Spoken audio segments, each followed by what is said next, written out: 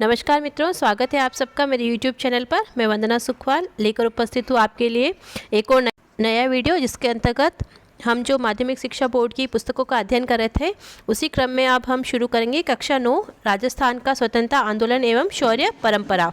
इसी के अंतर्गत हम कक्षा 9 की पुस्तक का अध्ययन करेंगे, जो माध्यमिक शिक्षा बोर्ड की पुस्तक है। और इस पुस्तक के अंतर्गत जिस क्रमानुसार हम पाठों का अध्ययन करेंगे, उनका क्रम देख लेते हैं एक बार। पहले 1857 की क्रांति, उसके बाद राजस्थान के क्रांतिकारी, जिसके अंतर्गत हम इन सभी क्रांतिकारियों के बारे में अध्ययन करेंगे।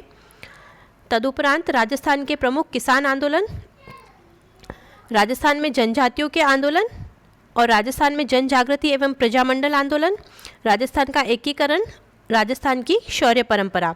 इसके अंतर्गत हम इन सभी पाठों का अध्ययन करेंगे। और राजस्थान के लिए जो भी एग्ज़ाम्स हैं, फर्स्ट ग्रेड हो या सेकंड ग्रेड हो या थर्ड ग्रेड हो, इसके अतिरिक्त अन्य जो भी प्रतियोगी परीक्षाएं होती है, उन सब में ये टॉपिक लगते हैं। तो ये सभी प्रतियोगिता परीक्षाओं के लिए बहुत ज़्यादा महत्वपूर्ण है। तो माँ सरस्वती के चरणों में नमन करते हुए शुरू करते हैं। इसके अंतर्गत हम पहला अध्याय देखेंगे, 1857 की क्रांति। मुगल साम्राज्य के पतन के पश्चात देश में उत्पन्न अराजकता से राजस्थान भी अछूता नहीं रहा। औरंगजेब की मृत्यु से उत्पन्न शरीर रिक्तता को एक बारगी तो मराठों ने भर दिया। मराठों ने दक्षिण में प्रभुत्व स्थापित करने के पश्चात मालवा और गुजरात में अपना प्रभाव स्थापित कर लिया था। अतः अब उनके लिए राजस्थान में प्रवेश करना सहज हो गया था।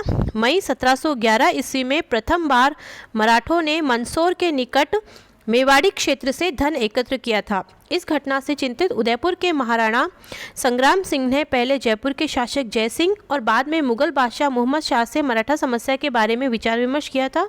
1724 ईस्वी के बाद राजस्थान में मराठों आक्रमणों में तेजी आई। इसी बीच अप्रैल 1734 में बूंदी के पदच्युत शासक बुद्ध सिंह ने मराठा सहायता प्राप्त कर दलेल सिंह को गद्दी से हटा दिया। राजस्थान के किसी शासक द्वारा आंतरिक संघर्ष में मराठों को आमंत्रित करने का यह प्रथम अवसर था।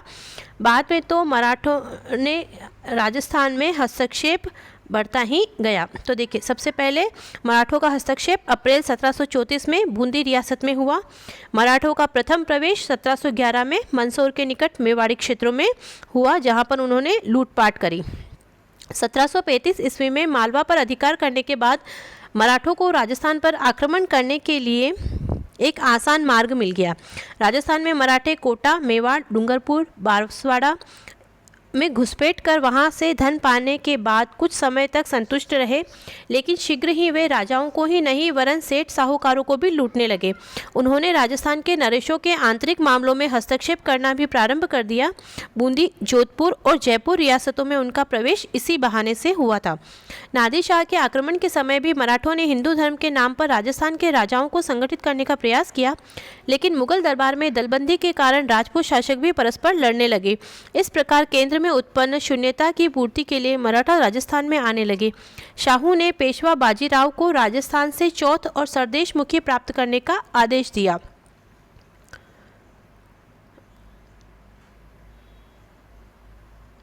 ये चौथ और सरदेशमुखी करों के प्रकार हैं।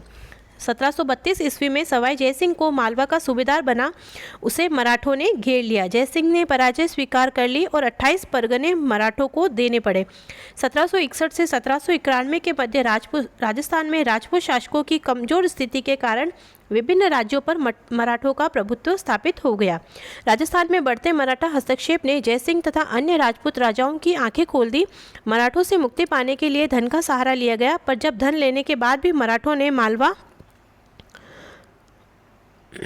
खाली नहीं किया तो पुनः संगठित प्रयास किए जाने लगे। अब धन के बजाय शक्ति के प्रयोग से मराठों को राजस्थान से निकालने का निश्चय किया। जुलाई 1734 ईस्वी में जयपुर, जोधपुर, उदयपुर, कोटा, किशनगढ़, नागौर, बीकानेर के शासक मेवाड़ में हुडा नामक स्थान पर एकत्रित हुए।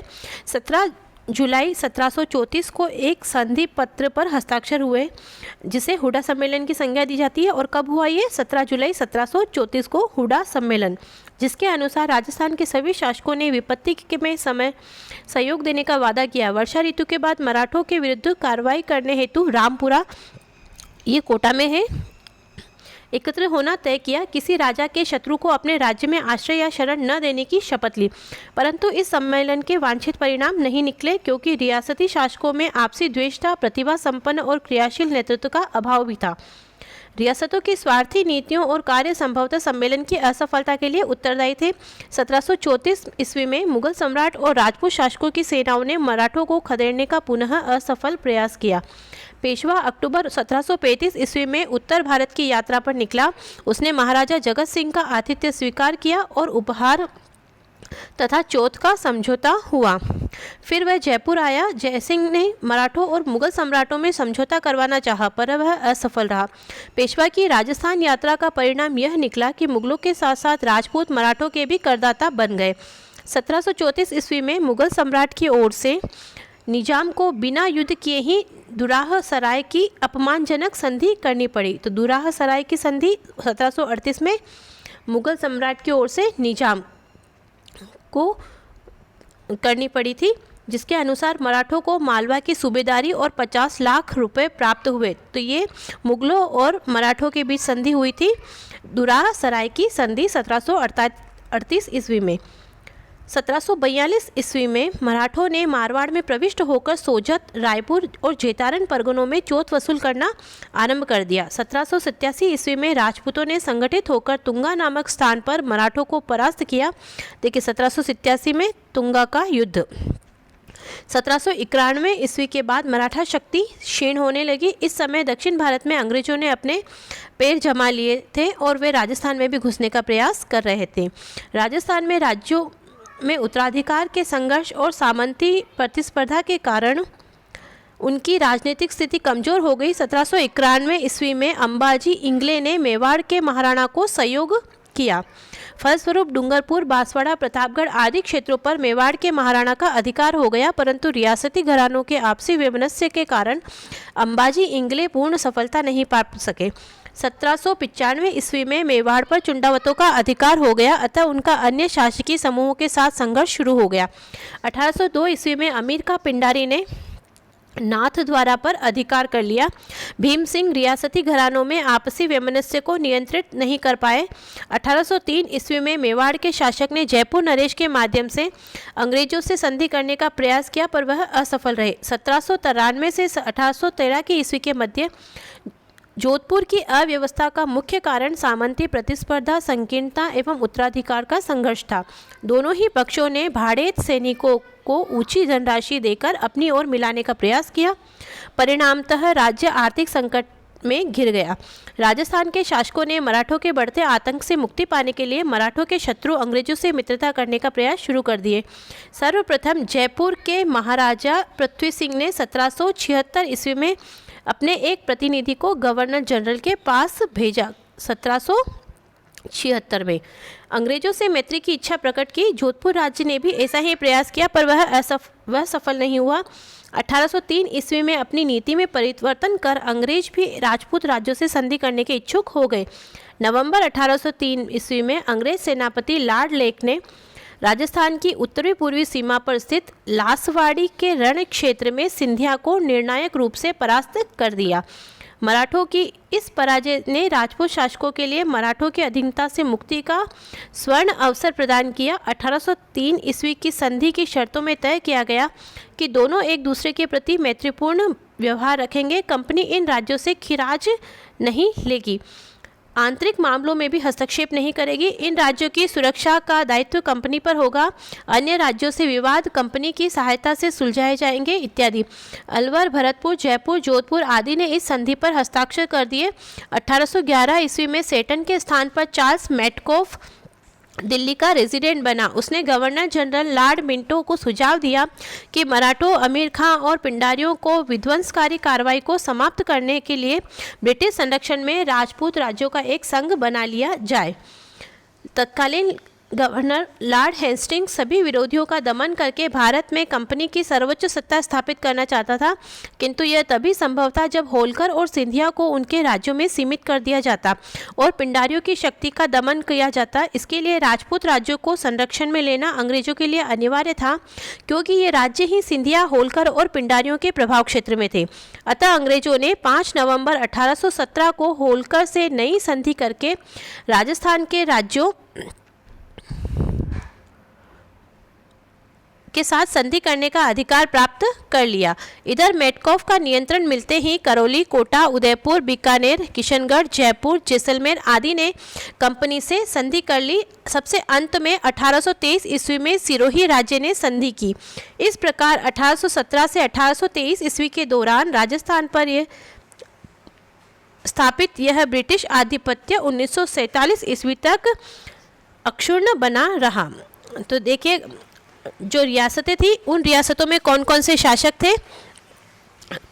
कोटा रियासत में राम सिंह, जोधपुर रियासत तख्त सिंह, भरतपुर रियासत जसवंत सिंह, उदयपुर रियासत स्वरूप सिंह, जयपुर रियासत राम सिंह द्वितीय, सिरोही रियासत शिव सिंह, धौलपुर रियासत भगवंत सिंह, बीकानेर रियासत सरदार सिंह, करौली रियासत मदन पाल, टोंक रियासत नवाब वजीरुद्दौला, बूंदी रियासत राम सिंह, अलवर रियासत विनय सिंह, जैसलमेर रियासत रणजीत सिंह, झालावाड़ पृथ्वी सिंह, प्रतापगढ़ रियासत में दलपत सिंह, बांसवाड़ा में लक्ष्मण सिंह और डूंगरपुर रियासत में उदय सिंह।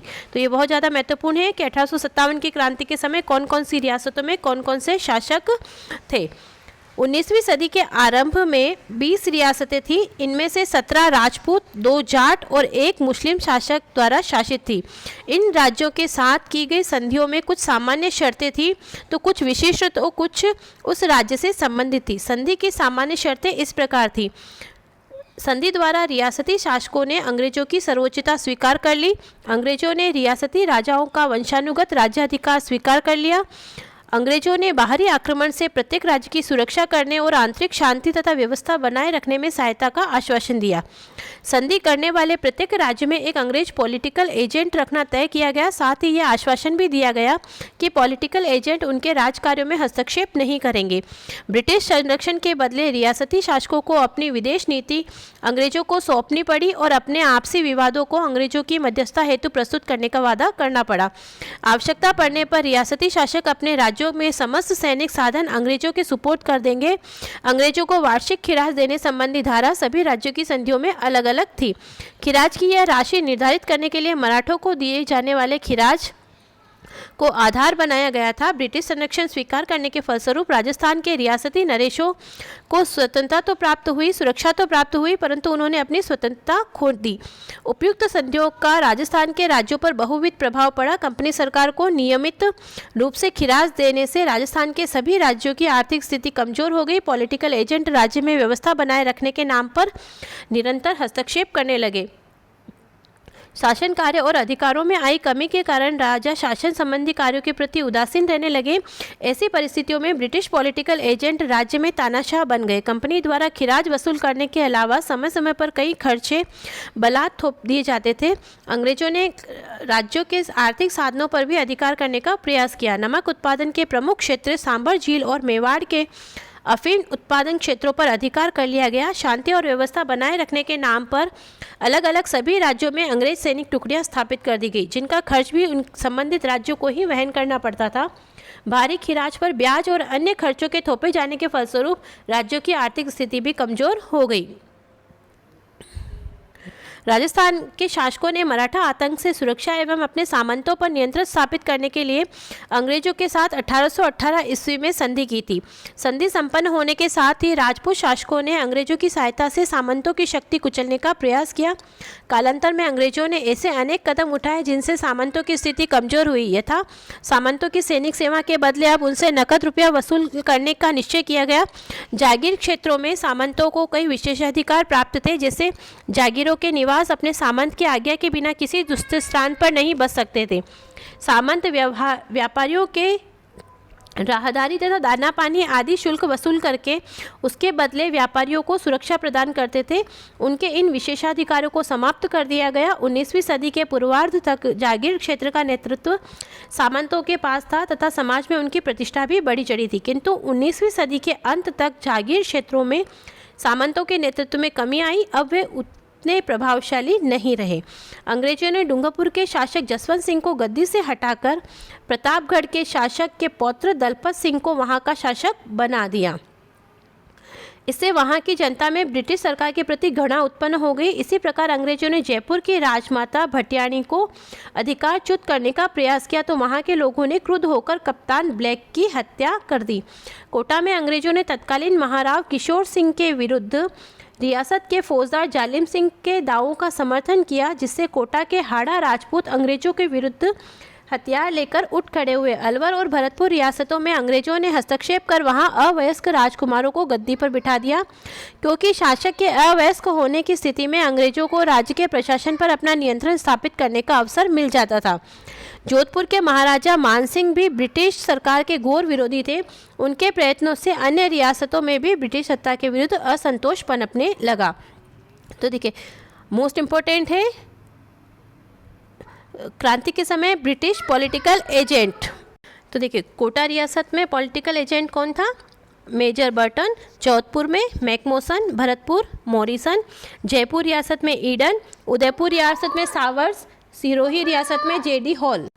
राजनीतिक आधिपत्य स्थापित करने के पश्चात अंग्रेज सरकार ब्रिटिश भारत की भांति राजस्थान पर भी सांस्कृतिक विजय प्राप्त करने को उत्सुक हो उठी। ब्रिटिश सरकार ने सामाजिक सुधार के लिए प्रचलित परंपराओं, रीति रिवाजों और कुरीतियों को समाप्त करने के लिए विशेष कदम उठाए। इन कुरीतियों में कन्यावध, दास प्रथा, सती प्रथा सम्मिलित थी। इस दिशा में उठाए गए कदमों से जनता ये समझने लगी कि अंग्रेज राजस्थान में सामाजिक ढांचे को भी विघटित करना चाहते हैं। अंग्रेजों की सामाजिक और सामान्य जीवन में हस्तक्षेप की नीति ने जनता में असंतोष उत्पन्न कर दिया। तो देखिए, सती प्रथा पर रोक 1822 में सबसे पहले बूंदी रियासत ने लगाई। कन्यावध पर 1834 में कोटा रियासत द्वारा, त्याग प्रथा पर 1841 में जोधपुर रियासत द्वारा, मानव व्यापार पर 1847 में जयपुर रियासत द्वारा और डाकन प्रथा पर 1853 ईस्वी में उदयपुर रियासत द्वारा प्रथमतया प्रतिबंध लगाया गया। इस प्रकार हम देखते हैं कि 1818 की संधि के बाद अंग्रेजों द्वारा राजस्थान के राज्यों के प्रशासन में अवांछनीय हस्तक्षेप, आर्थिक संसाधनों पर आधिपत्य, अंग्रेजों द्वारा वसूल की जाने वाली वार्षिक खिराज की राशि, सामंतों के विशेषाधिकारों पर कुठाराघात और राजस्थान में सामाजिक जीवन के हस्तक्षेप ने सर्वत्र असंतोष को जन्म दिया। राजा, सामंत और साधारण जनता सभी वर्ग अंग्रेजों से असंतुष्ट थे। ईसाई मत के प्रचारकों की संदिग्ध गतिविधियों के कारण अजमेर, मेरवाड़ा क्षेत्र में यह विचार पनपने लगा कि अंग्रेज हिंदुओं का मतांतरण कर उन्हें जबरदस्ती ईसाई बनाने के लिए प्रयत्नशील है। इससे उनमें ब्रिटिश सत्ता के प्रति तीव्र आक्रोश उत्पन्न हुआ। ब्रिटिश विरोधी भावनाओं को पनपाने में राजस्थान के कवियों व साहित्यकारों ने भी महत्वपूर्ण योगदान दिया। उनके द्वारा ऐसे शासकों की निंदा की गई जो ब्रिटिश सत्ता के भक्त थे और उन शासकों एवं सामंतों की प्रशंसा की गई जो ब्रिटिश सत्ता के विरोधी थे। ऐसे कवियों में कवि बाकीदास, राधोदास, सांदू गांगजी तथा महाकवि सूर्यमल मिश्रण आदि के नाम उल्लेखनीय हैं। इससे स्पष्ट है कि भारत में क्रांति प्रारंभ होने से पूर्व ही देशी रियासतों में ब्रिटिश सत्ता के विरुद्ध तीव्र असंतोष व्याप्त था। सन 1857 की क्रांति आरंभ होने के समय राजस्थान में अंग्रेजों की 6 छावनियाँ थी। देखिए, मोस्ट इंपॉर्टेंट है, कितनी छावनियाँ थी? 6 छावनियाँ थी। नसीराबाद, नीमच, देवली, ब्यावर, एरिनपुरा और खेरवाड़ा। इन सब छावनियों में लगभग 5000 सैनिक थे, किंतु किसी भी छावनी में कोई अंग्रेज सैनिक नहीं था। केवल 30 अंग्रेज अधिकारी थे। मेरठ में क्रांति होने की सूचना जैसे ही राजस्थान के एजीजी को प्राप्त हुई, उसने देशी रियासतों के शासकों को यह आवश्यक निर्देश भेजे कि क्रांतिकारियों को अपने राज्य में न घुसने दे और जो भी ब्रिटिश सत्ता का विरोध करे उन्हें कठोरतापूर्वक दमन करे। अब देखिए, क्रांति का शुभारंभ हो गया है। 1857 की क्रांति सबसे पहले नसीराबाद में। राजस्थान में क्रांति का सूत्रपात नसीराबाद से हुआ। इसके निम्न कारण रहे। उस समय नसीराबाद में 15वीं तथा 35वीं बंगाल नेटिव इन्फेंट्री इम्पोर्टेंट है। अब देखिए, जिस चीज़ को मैं अंडरलाइन करती जाती हूँ वो मोस्ट इम्पोर्टेंट है और पूछे भी गए हैं। तो नसीराबाद में 15वीं और 30वीं बंगाल नेटिव इन्फेंट्री थी। भारतीय तोपखानों की सैनिक टुकड़ी तथा पहली बम्बई लॉन्सर्स के सैनिक विद्यमान थे। मेरठ विद्रोह की सूचना से 15वीं नेटिव इन्फेंट्री के सैनिकों ने सोचा कि यह सारी कार्यवाही भारतीय सैनिकों को कुचलने के लिए की गई है तथा तोपें भी उनके विरुद्ध प्रयोग करने के लिए तैयार की गई हैं। अतः उनमें विद्रोह की भावना जागृत हो गई। 15वीं बंगाल नेटिव इन्फेंट्री की एक टुकड़ी काफ़ी समय से अजमेर शस्त्रागार की रक्षा कर रही थी। संदेह के कारण उसे वहां से नसीराबाद भेज दिया गया। इससे सैनिकों के मन में यह धारणा बन गई कि उन पर अविश्वास किया जा रहा है, अतः वह ब्रिटिश अधिकारियों से नाराज हो गए। इन दिनों बाजारों और छावनियों में बंगाल और दिल्ली के संदेशवाहक साधु और फकीरों के वेश में राजस्थान आए और उन्होंने चर्बी वाले कारतूसों के विरुद्ध प्रचार कर विद्रोह का संदेश प्रसारित किया। भारतीय सैनिकों ने सोचा कि अंग्रेज उन्हें धोखे से ईसाई बनाना चाहते हैं। इस धार्मिक भावना के कारण भी उत्तेजना फैली। भारतीय सैनिकों पर नियंत्रण रखने के लिए बाहर से यूरोपियन सेना और कुछ तोपें मंगवाई गई। इस तथ्य को गुप्त रखा गया था और बाद में जब ये बात प्रकट हो गई तो सेना में उत्तेजना फैल गई।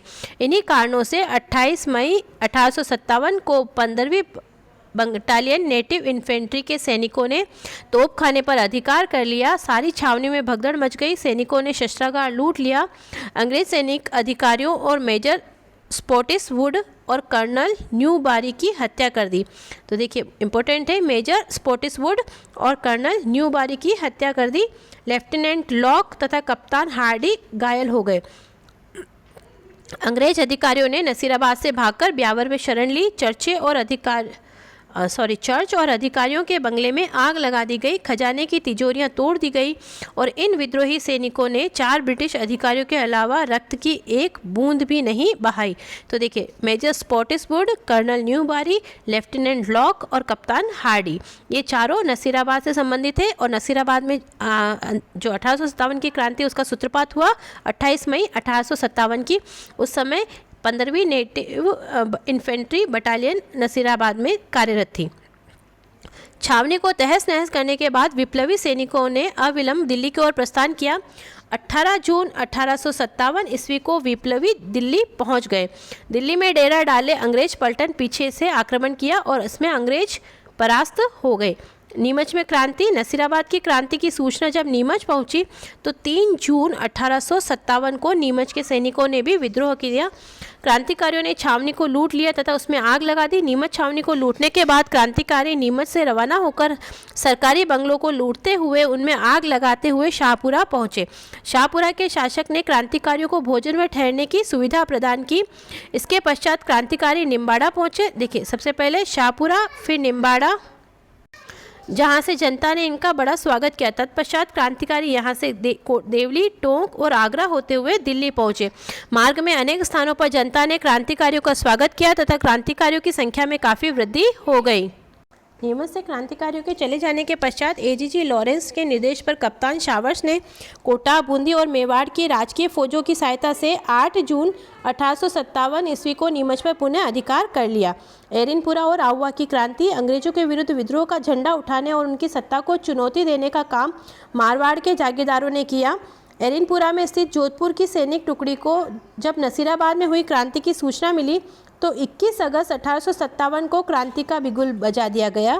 क्रांतिकारियों ने एरिनपुरा स्टेशन को लूटा और मारवाड़ के रास्ते दिल्ली की ओर रवाना हो गए। जब क्रांतिकारी पाली पहुंचे तो आउवा, जो पाली में स्थित एक गांव है, कि ठाकुर कुशाल सिंह ने उन्हें अपनी सेवा में ले लिया। आउवा का ठाकुर मारवाड़ की शक्तिशाली सामंत था। वह अंग्रेजों एवं जोधपुर के महाराजा दोनों का विरोधी था। ऐसा कहा जाता है कि मेवाड़ और मारवाड़ के अनेक सामंत अपनी सेनाएं लेकर कुशाल सिंह की सहायता के लिए आउवा आ पहुंचे थे। और ऐसा भी कहा जाता है कि यहाँ जो इनकी कुलदेवी थी सुगाली माता, जिसके 10 सर हैं और 54 हाथ, 10 सर और 54 हाथ, जिसे क्रांति की देवी के रूप में पूजा जाता है, क्योंकि कुशाल सिंह बिना सुगाली माता की पूजा किए किसी भी युद्ध के लिए नहीं जाते थे। जोधपुर के महाराजा ने सिंघवी कुशलराज के नेतृत्व में एक फौज अंग्रेजों का दमन करने हेतु आहुआ भेजी। 8 सितंबर 1857 को आहुआ के ठाकुर व क्रांतिकारियों की संयुक्त सेना ने जोधपुर की राजकीय फौज को पराजित किया और ये जो युद्ध हुआ था वो हुआ था बिठोड़ा नामक स्थान पर। इस संघर्ष में किलेदार अनार सिंह मारा गया तथा सिंघवी कुशलराज जान बचाकर वहां से भाग खड़ा हुआ। जोधपुर फौज की तोपें व बहुत सारी युद्ध सामग्री क्रांतिकारियों के हाथ लग गई। इस घटना के कुछ समय पश्चात ही एजीजी लॉरेंस एवं एक सेना लेकर स्वयं आहुआ पहुंचा। 18 सितंबर 1857 को लॉरेंस की सेना व क्रांतिकारियों के बीच भीषण संघर्ष हुआ, जिसमें लॉरेंस को पराजय का सामना करना पड़ा। ब्रिटिश फौज के परास्त करने के बाद क्रांतिकारी दिल्ली की ओर कूच कर गए। तो देखिए, ये 18 सितंबर को जो युद्ध हुआ था, 18 सितंबर 1857 को इसे चेलावास का युद्ध कहा जाता है या काला घोड़ा का युद्ध भी कहा जाता है, क्योंकि एक तरफ भारतीय थे जो काले थे और दूसरी तरफ अंग्रेज गोरे थे, इसलिए चेलावास के युद्ध को काला घोड़ा का युद्ध कहा जाता है। और ये आहुआ के किले का दृश्य है जहाँ पर अंग्रेजों का सिर लटकाया गया था। जॉर्ज लॉरेंस आहुआ की पराजय को भूला नहीं था, इसलिए आहुआ के ठाकुर से बदला लेने के लिए उसने ब्रिगेडियर होम्स के नेतृत्व में एक विशाल सेना आहुआ की ओर भेजी। 20 जनवरी 1858 ईस्वी को ब्रिगेडियर होम्स ने आहुआ पर आक्रमण कर दिया। दोनों सेनाओं के बीच भीषण संघर्ष हुआ। इस संघर्ष के दौरान ठाकुर कुशाल सिंह आहुआ के किले को छोड़कर सलूम्बर चला गया। उसके जाते ही ब्रिटिश फौजों ने आहुआ के किले पर अधिकार कर लिया। अंग्रेजों के बदले की भावना इतनी प्रबल थी कि उन्होंने पूरे गांव को बुरी तरह लूटा तथा आहुआ के किले को बारूद से उड़ा दिया। इतना ही नहीं, उन्होंने आहुआ के मंदिरों और मूर्तियों को पूरी तरह नष्ट कर दिया और वहाँ के निवासियों पर भीषण अत्याचार भी किए। मेवाड़ में क्रांति की गूंज। इस समय मेवाड़ में जनता में अंग्रेजों के विरुद्ध काफ़ी रोष था। मेवाड़ के अधिकांश सामंत ब्रिटिश सत्ता के विरुद्ध थे। नसीराबाद में हुई क्रांति की सूचना उदयपुर पहुंच चुकी थी, अतः मेवाड़ की फौजें भी अंग्रेजों के विरुद्ध विद्रोह करने के लिए लगभग तैयार थी। किंतु मेवाड़ के महाराणा की सूझबूझ तथा अंग्रेज कप्तान शावर्स के कठोर रुख ने स्थिति को बिगड़ने से संभाल लिया। तो देखिए, मेवाड़ का महाराणा कौन थे? स्वरूप सिंह जी, और उस समय कप्तान था शावर्स। इस समय महाराणा व कंपनी की सरकार दोनों को ही मेवाड़ के सामंतों से भय था, अतः दोनों एक दूसरे के साथ सहयोग करने के लिए बाध्य थे। एजीजी के निर्देश पर मेवाड़ के महाराणा स्वरूप सिंह ने 27 मई 1857 को अपने सभी सामंतों को पत्र भेजकर कहा कि ब्रिटिश सैनिक कार्रवाई में सहयोग करें तथा पॉलिटिकल एजेंट कप्तान शॉवर्स के निर्देशों का पालन करें। दूसरी ओर कप्तान शॉवर्स ने विरोधी सामंतों को चेतावनी देते हुए कहा कि जो शांति भंग करने का प्रयत्न करेगा उसे कठोर दंड दिया जाएगा। यहाँ तक कि सलूम्बर के रावत केसरी सिंह ने जब मेवाड़ के महाराणा के अधिकारों को चुनौती देते हुए कहा कि यदि 8 दिन में उनकी परंपरागत अधिकारों की मांग को स्वीकार नहीं किया गया तो वह चित्तौड़ की गद्दी पर महाराणा के किसी प्रतिद्वंदी को बिठा देगा, तब कप्तान शॉवर्स ने रावत केसरी सिंह की चेतावनी दी कि यदि उसने महाराणा के विरुद्ध किसी भी कार्रवाई में भाग लिया तो उसे उसकी अजागीर से अपदस्थ कर राजपुताने से ही निष्कासित कर दिया जाएगा। कप्तान शॉवर्स की इस धमकी से रावत केसरी सिंह शांत हो गए। कोटा में क्रांति। राजस्थान के राज्यों में हुई 1857 ईस्वी की क्रांति में कोटा का महत्वपूर्ण स्थान है। कोटा में विद्रोह का प्रमुख कारण यह था कि पॉलिटिकल एजेंट मेजर बर्टन ने कोटा महाराव को यह सलाह दी कि कुछ अफसर वफादार नहीं है तथा उनका रवैया अंग्रेज विरोधी है, अतः वे ऐसे अफसरों को पदच्युत कर अंग्रेजों अधिकारियों को सौंप दें जिससे उन्हें उचित दंड दिया जा सके। मेजर बर्टन ने जिन अफसरों को सौंपने की मांग की थी उनमें जयदयाल, रतनलाल, जियालाल आदि प्रमुख थे। मेजर बर्टन द्वारा महाराव को जो सलाह दी गई थी वह किसी प्रकार महाराव की फौज तथा फौज के अधिकारियों पर प्रकट हो गई। फलस्वरूप फौज के सिपाही क्रोध से पागल हो उठे और उन्होंने मेजर बर्टन से बदला लेने का निश्चय किया। तदनुसार 15 अक्टूबर 1857 को कोटा के सैनिकों ने क्रांति का बिल्कुल बजा दिया। तो कोटा में क्रांति कब प्रारंभ हुई? 15 अक्टूबर 1857 को। कोटा के सैनिकों ने क्रांतिकारियों के साथ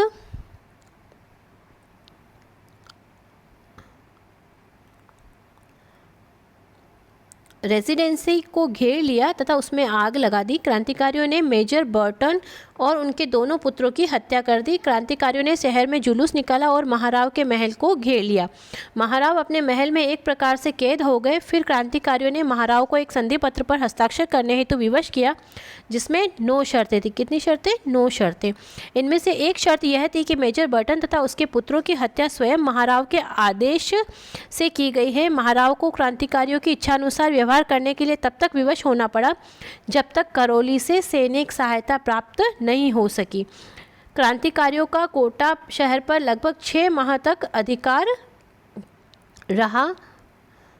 उन्होंने सरकारी गोदामों, बंगलों, दुकानों, अस्त्र शस्त्र के भंडारों आदि को लूटा और उनमें आग लगा दी। उन्होंने जिले के विभिन्न कोषागारों को भी लूटा। ऐसा लगता है कि क्रांतिकारियों को कोटा रियासत के अधिकांश अधिकारियों का समर्थन और सहयोग प्राप्त हो गया था। क्रांतिकारियों ने शहर में लूटमार और अत्याचार कर नगर के लोगों में भीषण आतंक पैदा कर दिया।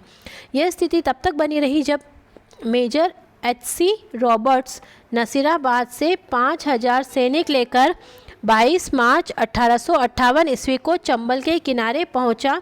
उसने तोपों से क्रांतिकारियों पर धुआंधार गोले बरसाए और उन्हें कोटा से बाहर भागने पर विवश कर दिया। तब जाकर कोटा क्रांतिकारियों के नियंत्रण से मुक्त कराया गया। क्रांतिकारी नेताओं तथा विद्रोही सैनिकों को अमानुषिक दंड दिए गए। जयदयाल को गिरफ्तार करके तोप से उड़ा दिया गया।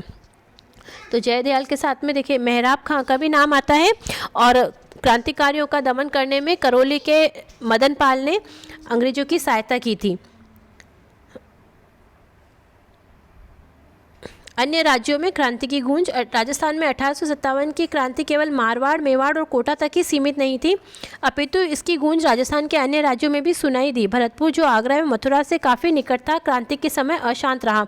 मथुरा में विद्रोह हो जाने के बाद भरतपुर शहर में उत्तेजना फैल गई और भरतपुर की सेना ने भी क्रांति का बिगुल बजा दिया। भरतपुर के महाराजा ने वहाँ के पॉलिटिकल एजेंट मेजर मॉरिसन को भरतपुर छोड़कर जाने की सलाह दी, क्योंकि महाराजा को यह आशंका थी कि उसकी उपस्थिति से नीमच के क्रांतिकारी भरतपुर पर आक्रमण कर सकते हैं। महाराजा की सलाह पर मेजर मॉरिसन भरतपुर छोड़कर चला गया। क्रांति की अवधि में भरतपुर रियासत की स्थिति बड़ी विषम थी। क्रांतिकारी सैनिकों की अनेक टुकड़ियां भरतपुर की सीमा से होकर गुजरी। भरतपुर की गुर्जर व मेवाती जनता क्रांति में पीछे नहीं रही, उसने खुलकर क्रांति में भाग लिया। जब पड़ोसी आगरा जिले में अंग्रेजों की शक्ति वहां के लाल किले की 4 दीवारी तक सीमित हो गई, तो भरतपुर की जनता के मन में यह विश्वास भर गया था कि अब भारत में ब्रिटिश सत्ता समाप्त होने जा रही है। अलवर में भी दिल्ली के कुछ क्रांतिकारियों के आ जाने के कारण क्रांतिकारी गतिविधि पनपने लगी थी। अलवर रियासत के गांवों में गुर्जरों ने अपने पड़ोसी राज्य भरतपुर की भांति ब्रिटिश विरोधी भावना का खुलकर प्रदर्शन किया। उन्होंने अपनी क्रांतिकारी गतिविधियों से शासकों को काफ़ी परेशान किया। और ये देखिए क्रांति का दृश्य, बहुत ही मार्मिक दृश्य है। धौलपुर रियासत में भी गंभीर उपद्रव हुए। अक्टूबर 1857 ईस्वी के प्रारंभ में ग्वालियर और इंदौर में क्रांतिकारियों की संयुक्त सेना धौलपुर में प्रविष्ट हो गई। क्रांतिकारियों के प्रति सहानुभूति के कारण धौलपुर रियासत की सेना तथा अनेक अधिकारी राजा का साथ छोड़कर क्रांतिकारियों से मिल गए, जिससे धौलपुर की सत्ता खतरे में पड़ गई। क्रांतिकारियों ने धौलपुर में खूब लूटमार की। उन्होंने वहां के राजा को घेरकर जान से मारने की धमकी दी। विवश होकर राजा को क्रांतिकारियों की मांगें स्वीकार करनी पड़ी। धौलपुर में इन क्रांतिकारियों ने राव रामचंद्र और हीरालाल के नेतृत्व में राजा की अधिकांश तोपों पर अधिकार कर लिया।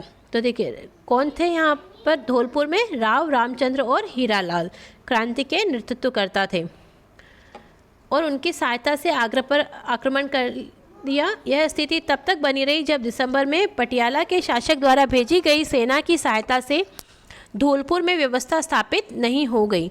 जयपुर के महाराजा को भी एक पदाधिकारी राव शिव सिंह ने यह सलाह दी कि वे अंग्रेजों तथा मुगल बादशाह बहादुर शाह दोनों से मित्रतापूर्ण संबंध बनाए रखें, किंतु उनके प्राइवेट सेक्रेटरी पंडित शिवदीन ने महाराज पर अंग्रेज़ों का साथ देने के लिए जोर डाला। जयपुर में नवाब विलायत खां, मियां उस्मान खां, सादुल्ला खां मुग़ल सम्राट से मिलकर ब्रिटिश सत्ता के विरुद्ध क्रांति का षड्यंत्र रच रहे थे। मुग़ल सम्राट के साथ किए गए एक पत्र व्यवहार की जानकारी महाराज को मालूम हो गई। अतः उन्होंने सादुल्ला खां को राज्य से निष्कासित कर दिया और शेष दोनों को बंदी बनाकर कारागाह में डाल दिया।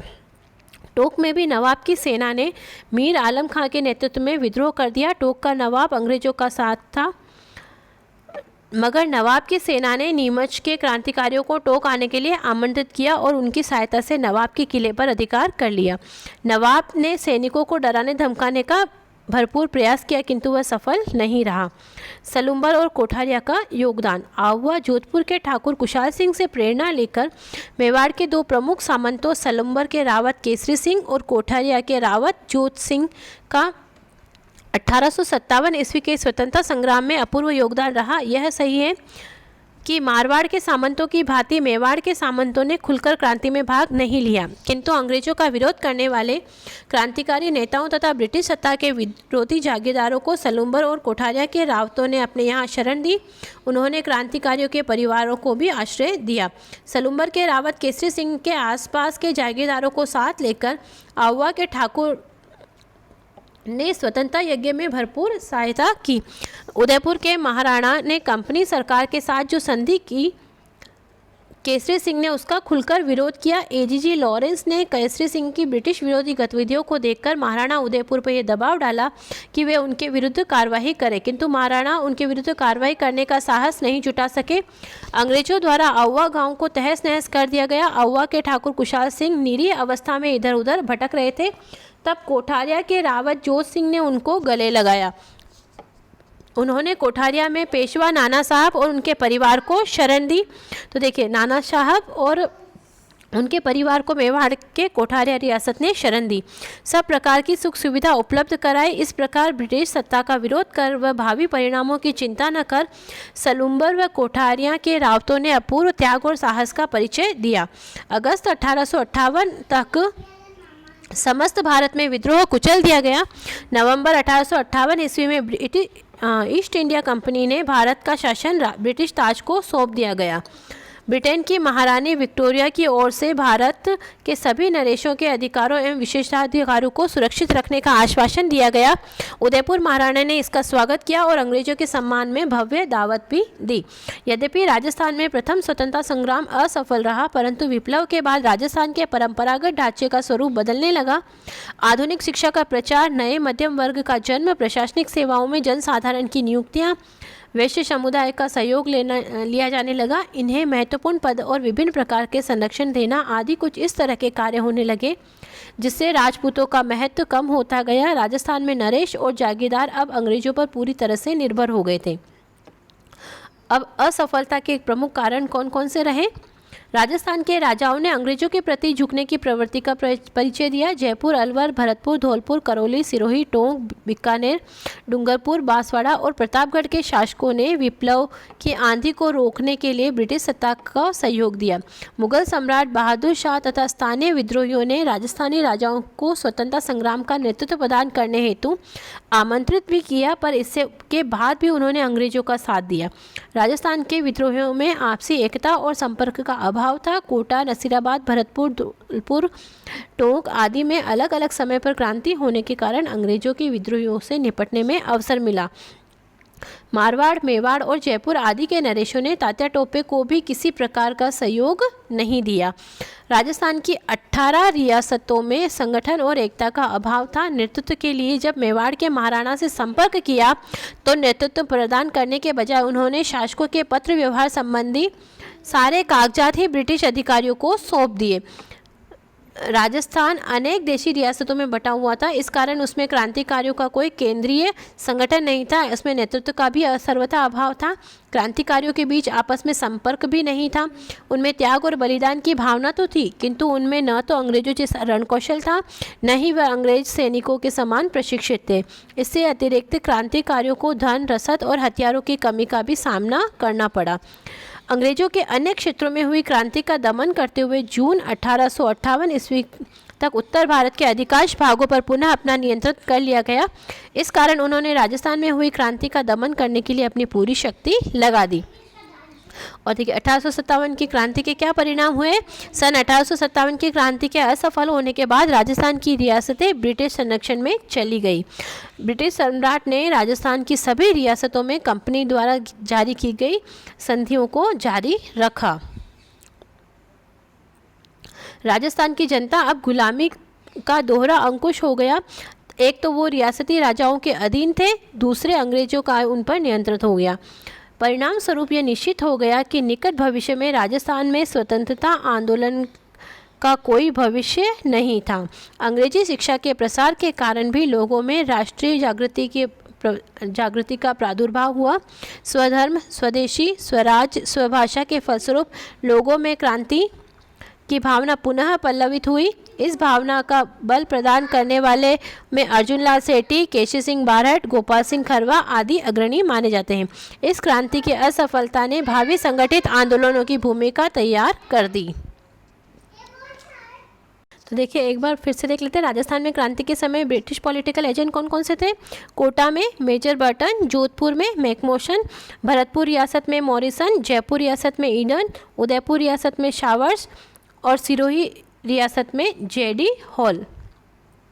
इसके अतिरिक्त प्रमुख रियासतें और उनके शासक कोटा में राम सिंह, जोधपुर में तख्त सिंह, भरतपुर में जसवंत सिंह, उदयपुर स्वरूप सिंह, जयपुर में राम सिंह द्वितीय, सिरोही में शिव सिंह, धौलपुर रियासत में भगवत सिंह, बीकानेर रियासत में सरदार सिंह, करौली रियासत में मदन पाल, टोंक में नवाब वजीरुद्दौला, बूंदी रियासत में राम सिंह, अलवर रियासत विनय सिंह, जैसलमेर में रणजीत सिंह, झालावाड़ रियासत में पृथ्वी सिंह, प्रतापगढ़ में दलपत सिंह, बांसवाड़ा रियासत में लक्ष्मण सिंह, डूंगरपुर रियासत में उदय सिंह। तो अभी जो रीट 2022 का हुआ था एग्ज़ाम्स 23 जुलाई 2022 को, उसके अंतर्गत इसमें एक प्रश्न इससे संबंधित पूछा गया था कि 1857 की क्रांति के समय मेवाड़ के शासक कौन थे। तो मेवाड़ में शासक थे स्वरूप सिंह जी। देखिए दिया गया ना उदयपुर रियासत, तो यहाँ उदयपुर रियासत वहाँ दिया गया था मेवाड़ के शासक, तो मेवाड़ के शासक थे स्वरूप सिंह जी। तो ये था मित्रों कक्षा 9 के अंतर्गत प्रथम अध्याय का अध्ययन हमने करा, जिसमें 1857 की क्रांति के संबंध में हमने देखा। तो ये था मित्रों आज का वीडियो, जिसमें वीडियो को पूरा देखने के लिए आपका बहुत बहुत धन्यवाद। वीडियो को लाइक कीजिए, शेयर कीजिए और मेरे चैनल को सब्सक्राइब कीजिए। जय भारत, जय हिंद।